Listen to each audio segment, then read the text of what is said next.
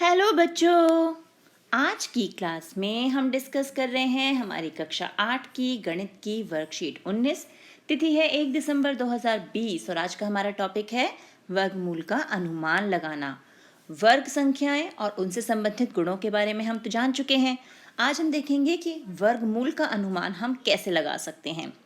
तो अब यहाँ पर बातचीत चल रही है प्रिया और रिया के बीच में। प्रिया ने कहा, इस आकृति को देखकर बताओ इस आकृति का आकार क्या है। तो ये है आकृति, आप बताइए इस आकृति का आकार क्या है। शाबाश, ये वर्ग है। तो रिया ने कहा, वर्गाकार दिखाई देती है परंतु लंबाई और चौड़ाई को मापना होगा। तो रिया ने बोला, दिख तो वर्ग ही रहा है लेकिन इसकी लंबाई और चौड़ाई मापनी होगी क्योंकि वर्ग की लंबाई और चौड़ाई दोनों बराबर होती हैं। तो प्रिया ने कहा, क्या तुम बिना मापे लंबाई तथा चौड़ाई बता सकती हो।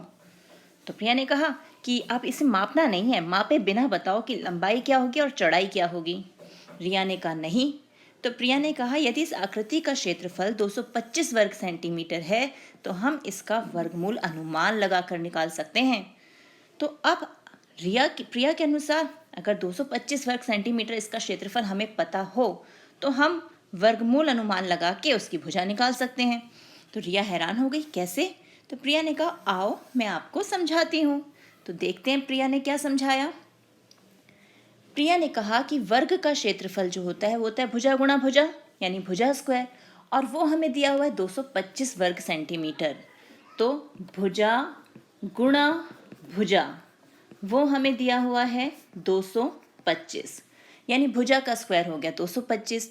और अगर हमें सिर्फ भुजा चाहिए तो ये जो वर्ग है ये जाएगा दाएं पक्ष में और वहाँ बन जाएगा ये वर्गमूल। ये है हमारा वर्गमूल का निशान। ये तो हम लास्ट वीडियो में सीख चुके हैं।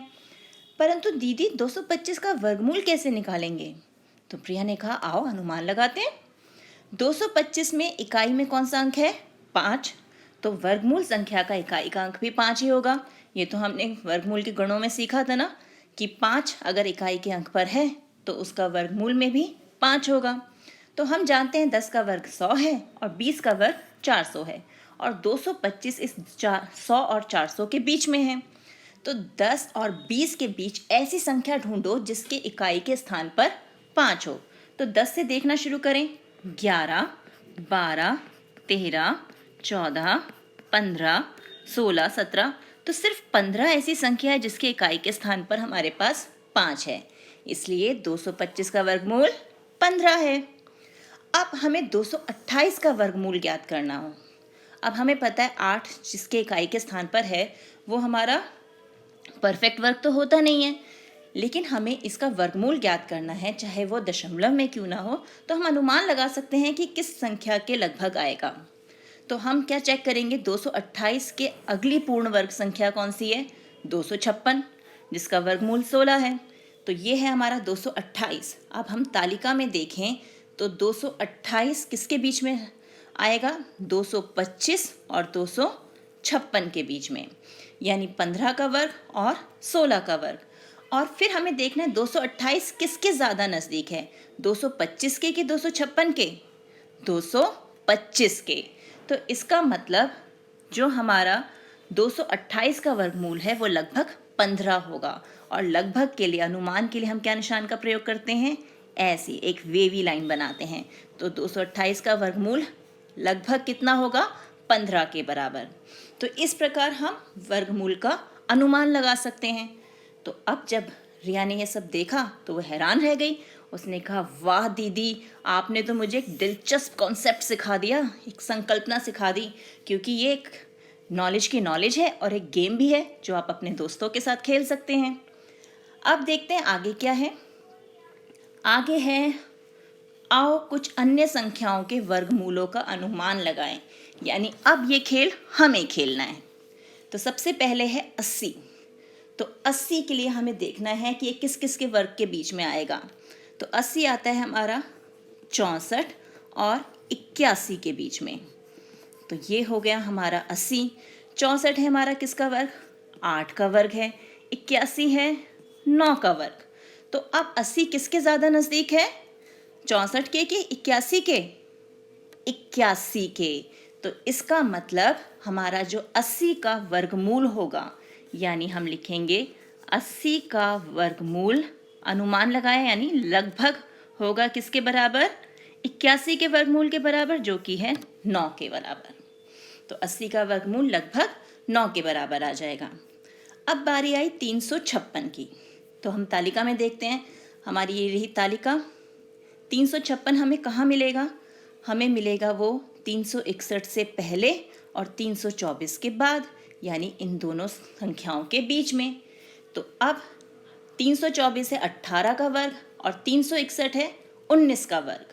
अब 356 किसके ज़्यादा नज़दीक है, 324 के नज़दीक है कि 361 के पास ज़्यादा है? शाबाश, 361 के नज़दीक है। तो इसका वर्गमूल भी क्या हो जाएगा, 19 के बराबर। तो हमारा 356 जो है वो किस किस के बीच में आ रहा है, हमारा आ रहा है 19 के वर्ग के बीच में और 18 के वर्ग के बीच में, लेकिन ये 19 के वर्ग के ज़्यादा पास है, इसलिए 356 का वर्गमूल लगभग हो गया 19। हो गया ये हल। अगला है 509। अब जल्दी से तालिका में देखो 509 कहाँ मिलेगा हमें, हमें मिलेगा 484 के बाद और 529 से पहले, यानी इन दोनों के बीच में।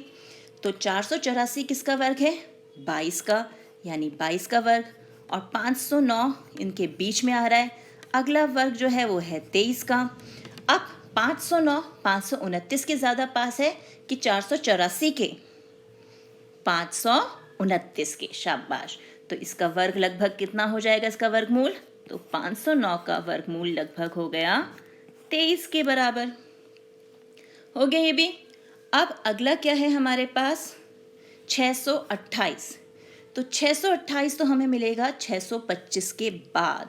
अब अगली संख्या यहाँ पर होगी 26, यानी 26 का वर्ग, और 26 का वर्ग हमारा होता है 676 के बराबर। यानी हमारा जो 628 है वो इन दोनों संख्याओं के बीच में होगा, यानी 25 का वर्ग, 628, और ये है 26 का वर्ग। अब 628 625 के ज़्यादा नज़दीक है कि 676 के? शाबाश, 625 के।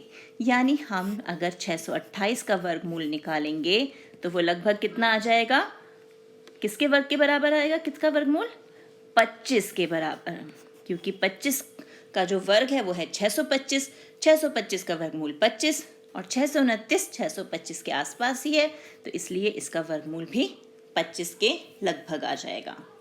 तो इसी प्रकार आप भी अपने मन में बहुत सारी संख्याएं सोचकर ये पता लगा सकते हैं कि उनका वर्गमूल लगभग किसके बराबर आएगा। तो इसी प्रकार के और प्रश्नों का अभ्यास कीजिए अपनी एनसीईआरटी बुक से। मिलते हैं एक और वीडियो में, तब तक keep practising and enjoy maths.